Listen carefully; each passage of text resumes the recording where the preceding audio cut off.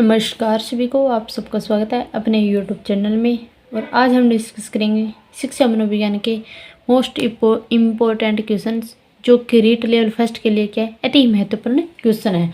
लगभग 95 plus question क्या है कि इन्हीं से रिपीट होंगे। मेरे हिसाब से मैंने जितना एनालिसिस किया है ओल्ड पेपरों का, उन्हीं के हिसाब से ये लग रहा है कि सिर्फ इन्हीं क्वेश्चनों के अलावा कोई क्वेश्चन नहीं आएगा तो सिर्फ बोले कि कोई 5 या 7% आ सकता है, ज़्यादा नहीं आएंगे। तो पहला क्वेश्चन कौन सा है हमारा? पहला क्वेश्चन देख लेते हैं कि किशोर मस्तिष्क मानसिक संघर्ष से भरा रहता है, परिणाम स्वरूप भयग्रस्त रहता है। किससे? यानी कि मानसिक संघर्ष से। किससे रहेगा? मानसिक संघर्ष से। तो इसका 3 नंबर ऑप्शन क्या रहेगा? सही। किशोर अवस्था खुशी रहित समय क्यों कहा जाता है? यानी कि किशोर अवस्था है, इसे खुशी रहित समय क्यों कहा जाता है? तो इसका राइट आंसर कौन सा रहेगा? किशोरों की आवश्यकता भिन्न होती है, शारीरिक परिवर्तन से उन्हें नए अनुभव तथा नई आवश्यकताएं महसूस होती हैं, किशोर महसूस करते हैं कि लोग उन्हें नकार रहे हैं। तो ये बिल्कुल राइट है भी, और तीनों ही ऑप्शन क्या है कि राइट है। तो इसका सही ऑप्शन कौन सा रहेगा? उपयुक्त में से सभी, 4 नंबर ऑप्शन। खुशी रहित अवस्था समस्याओं की उपस्थिति के कारण शारीरिक परिवर्तन, भयग्रस्त, महत्वाकांक्षा की पूर्ति ना होना, विचारों की स्वीकृति ना मिलने के कारण इसे खुशी रहित अवस्था कहा जाता है। फिर नेक्स्ट क्वेश्चन है कि मार्ग निर्देशन व्यक्ति को विकसित करने में सहायता देता है। यानी कि मार्ग निर्देशन व्यक्ति को विकसित करने में सहायता देता है, तो वो कौन सी होगी? हमारी क्षमताएं। किशोर अवस्था में किस प्रकार के मार्ग निर्देशन की आवश्यकता है? व्यक्तिगत मार्ग निर्देशन, विद्यार्थियों के विभिन्न पक्षों से संबंधित पहलुओं का एकत्रीकरण, समस्या का हल। तो उपयुक्त में से सभी। सही आंसर कौन सा रहेगा? 4 नंबर। फिर नेक्स्ट क्वेश्चन है कि किशोर अवस्था में सामाजिक विकास का लक्ष्य है समूह के प्रति उत्पन्न भक्ति भावना। कौन सा रहेगा? समूह के प्रति उत्पन्न भक्ति भावना। फिर नेक्स्ट क्वेश्चन है कि निम्नलिखित में से कौन सा लक्षण किशोर अवस्था का नहीं है? तो इसमें है कि संवेगों पर नियंत्रण। तो किशोर अवस्था में बिल्कुल भी संवेगों पर नियंत्रण नहीं होता है, तो इसका राइट आंसर रहेगा ये। क्योंकि संवेगों पर नियंत्रण केवल किस अवस्था में होता है? तो वो होता है बाल्य अवस्था में। किशोर अवस्था में संवेग क्या होते हैं? अनियंत्रित होते हैं। तो इसका राइट आंसर कौन सा रहेगा? 1 नंबर। किशोर अवस्था में निम्नलिखित में से कौन सा लक्षण स्पष्ट दिखाई नहीं देता है? तो वो कौन सा होगा हमारा? अमूर्त चिंतन, मूर्त चिंतन, तर्क शक्ति की अपेक्षाकृत अधिक योग्यता, अध्ययन को केंद्रित करने की अधिक दक्षता। इसका राइट आंसर कौन सा रहेगा? 2 नंबर। यानी कि मूर्त चिंतन है वो क्या कि में स्पष्ट दिखाई नहीं देता है। यानी कि मूर्त चिंतन किस अवस्था में होता है? तो वो होता है बाल्य अवस्था में। वो एज कितनी होती है? 7 से 11 वर्ष का जब बालक होता है ना, तब होता है मूर्त चिंतन। तब हमें क्या कि मूर्त चिंतन है वो बिल्कुल स्पष्ट दिखाई देता है। फिर नेक्स्ट क्वेश्चन करते हैं कि प्रभावशाली शिक्षण में निम्न में से कौन सी विशेषता आवश्यक नहीं है? तो वो कौन सी विशेषता आवश्यक नहीं है? कि अंग्रेजी भाषा की अच्छी जानकारी। 3 नंबर ऑप्शन क्या रहेगा इसका राइट आंसर। फिर नेक्स्ट क्वेश्चन है कि अपनी प्रसिद्ध पुस्तक में किसने लिखा है कि व्यक्ति का नया जीवन तब शुरू होता है जब वह किशोर अवस्था से गुजरता है? तो ये किसने कहा है? तो ये कहते हैं स्टेनले हॉल ने। किसने कहा था? स्टेनले हॉल ने। और इनकी पुस्तक का नाम क्या है? एडोलसेंस। यानी कि स्टेनले हॉल ने एक पुस्तक लिखी थी, वो कौन सी पुस्तक है? एडोलसेंस। फिर नेक्स्ट क्वेश्चन है कि बालक समाज के बारे में कम दुखी होता है, जबकि किशोरों में विकसित हो जाती है। तो कौन सी विकसित हो जाती है? सामाजिक संचेतना। कौन सी हो जाती है? सामाजिक संचेतना। फिर नेक्स्ट क्वेश्चन है कि किशोरों से परिपक्वता व्यवहार की समाज की प्रत्याशा से किशोरों के ले आते हैं हीन भावना का विकास। यानी कि हीन भावना का विकास। 1 नंबर ऑप्शन क्या रहेगा इसका राइट आंसर। फिर नेक्स्ट क्वेश्चन है कि किशोर अवस्था में मानसिक विकास यानी कि उथल पुथल पहुंच जाते हैं। यानी कि किशोर अवस्था में मानसिक विकास उथल पुथल पहुंच जाते हैं।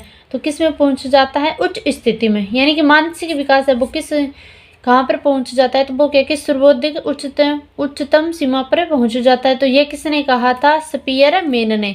किसने कहा था? स्पीयरमैन ने। और एज कितनी बताई थी? 14 से 16 वर्ष। किशोरों की मानसिक अस्वस्थता से शैक्षिक संस्थानों में क्या निदान कर सकते हैं? तो क्या निदान कर सकते हैं? स्वास्थ्यप्रद वातावरण प्रदान करके, प्रभावशाली शिक्षण वातावरण प्रदान करके, आवश्यकता आधारित पाठ्यक्रम प्रदान करके। तो उपयुक्त में से सभी। तो राइट आंसर कौन सा रहेगा? उपयुक्त में से सभी। फिर ये नेक्स्ट क्वेश्चन है कि अगर एक छोटे बालक ने अपनी रोटी पानी में गिरा दी है तो दूसरा छोटा बालक उसे देने के पक्ष में नहीं होगा, लेकिन एक किशोर उस बालक की छोटी आयु को ध्यान में रखकर दूसरी रोटी देने को सहमत हो जाएगा। किशोरों का यह व्यवहार है क्या है कि नैतिक विकास। क्या है ये व्यवहार, यानी कि अगर एक छोटे बालक ने रोटी पानी में गिरा दी तो दूसरा छोटा बालक तो उसको रोटी नहीं देगा, लेकिन एक किशोर बालक क्या है कि यानी कि 14 से 18 वर्ष के जो मध्य बालक होगा वो क्या है कि उसको छोटी आयु ध्यान में रख कर क्या है रोटी दे देगा। तो ये किशोरों का कौन सा व्यवहार होगा, तो वो हमारा होगा नैतिक विकास। फिर नेक्स्ट क्वेश्चन है कि मूल प्रवृत्ति जिज्ञासा से संबंधित है, तो कौन सा होगा हमारा आश्चर्य। कौन सा होगा हमारा आश्चर्य, क्योंकि मैकडूगल के द्वारा 14 मूल प्रवृत्तियां बताई गई थी और 14 ही क्या बताए थे, संवेग। मूल प्रवृत्तियों के प्रतिपादक कौन है, विलियम मैकडूगल। विलियम मैकडूगल ने 1908 में अपनी पुस्तक कौन सी थी, यानी कि विलियम मैकडूगल इनकी पुस्तक कौन सी थी, सामाजिक मनोविज्ञान एक परिचय में। क्या था, सामाजिक मनोविज्ञान एक परिचय में। अगर आपसे पूछ लिया जाए कि सामाजिक मनोविज्ञान एक परिचय में यह पुस्तक किसकी है, तो इस पुस्तक के प्रतिपादक कौन होंगे, विलियम मैकडूगल। और विलियम मैकडूगल ने यह पुस्तक कब दी थी, 1908 में। और मैकडूगल के द्वारा कितनी मूल प्रवृत्तियां दी गई है, तो 14 मूल प्रवृत्तियां बताई गई है और 14 ही क्या बताए गए हैं, संवेग। तो मैकडूगल के अनुसार मानो कि मूल प्रवृत्तियों की क्या परिभाषा है, तो मूल प्रवृत्तियां मानव व्यवहार की क्या है, अद्भुत चालक। मूल प्रवृत्तियां क्या है, मानव व्यवहार की अद्भुत चालक। तो निम्न में से मूल प्रवृत्तियां देख लेते हैं और इनके संवेग भी देख लेते हैं। पलायन, पलायन का क्या होगा संवेग, भय। युद्ध प्रियता, क्रोध। निवृत्ति, घृणा। शिशु रक्षा, वात्सल्य। संवेदना, दुख या कष्ट। काम, कामुकता। जिज्ञासा, आश्चर्य। आत्महीनता का क्या होगा, अधीनता का भाव। आत्म गौरव, प्रदर्शन, घमंड या गर्व। भोजन अन्वेषण, यानी कि भोजन की खोज, यानी कि अगर किसी को भूख लगेगी तभी क्या कि वो भोजन की खोज करेगा, वरना कौन करेगा। फिर नेक्स्ट है कि सामूहिकता, एकाकी भाव। रचनात्मकता, कृति भाव। संग्रहणशीलता, अधिकार का भाव या लोभ। हर्ष यानी कि आमोद। ये कितनी थी मूल प्रवृत्तियां, 14 मूल प्रवृत्तियां थी और 14 ही संवेग।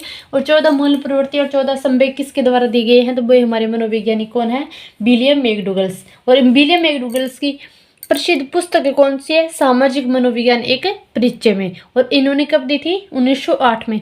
तो विलियम मैकडूगल से भी क्या कि बहुत बार क्वेश्चन बनते हैं, और संवेग और मूल प्रवृत्तियों से भी कभी क्या कि जैसे कि ऊपर मूल प्रवृत्ति पूछा कि जिज्ञासा से संबंधित संवेग कौन सा है, तो जिज्ञासा से संबंधित संवेग कौन सा था, हमारा आश्चर्य था। तो इसलिए क्या कि इन मूल प्रवृत्ति और इन संवेगों को क्या कि आपको बिल्कुल कंठस्थ कर लेना चाहिए, क्योंकि कभी कभार क्या कि एक क्वेश्चन तो अवश्य ही पूछ लिया जाता है। कोहलबर्ग के नैतिक विकास सिद्धांत की 5वीं अवस्था है। कोहलबर्ग के नैतिक विकास सिद्धांत की 5वीं अवस्था कौन सी है, तो वो हमारी होगी सामाजिक अनुबंधन एवं व्यक्तिगत अधिकार। कौन सा रहेगा, 4 नंबर ऑप्शन रहेगा इसका राइट आंसर। हेविंग हर्स्ट के अनुसार कौन सा किशोर अवस्था का विकासात्मक कार्य नहीं है, तो वो हमारा होगा शिव के प्रति स्वास्थ्य अभिवृत्ति का निर्माण। 3 नंबर ऑप्शन क्या रहेगा इसका राइट आंसर। फिर है कि कोल के अनुसार बालिकाओं के लिए पूर्व किशोर अवस्था का काल है, यानी कि कोल नामक मनोवैज्ञानिक है, उनके अनुसार पूछा गया। ये क्वेश्चन आया था रसायन विज्ञान स्कूल प्राध्यापक 2016 के अंतर्गत। तो वो काल होगा हमारा 11 से लेकर 12 वर्ष से तक है, इसका राइट आंसर रहेगा 1 नंबर। फिर एक छदम परिपक्वता काल होता है, तो वो कौन सा होगा, उत्तर बाल्यावस्था। कौन सा होगा, उत्तर बाल्यावस्था। उत्तर बाल्यावस्था क्या है, बाल्यावस्था को क्या है कि J.S. रोस ने छदम या मिथ्या या परिपक्वता की अवस्था कहा, क्योंकि बहुत कम शारीरिक परिवर्तन होते हैं इस अवस्था में। यानी कि बाल्यावस्था में क्या होता है, बहुत कम परिवर्तन होते हैं शारीरिक। तो इसलिए क्या कि J.S. रोस ने क्या कि इस अवस्था को छदम मिथ्या या परिपक्वता की अवस्था कहा था, क्योंकि 6 वर्ष से लेकर 12 वर्ष की आयु में क्या कि बालक बालिकाओं का कुछ क्या होता है कि शारीरिक विकास है वो रुक जाता है।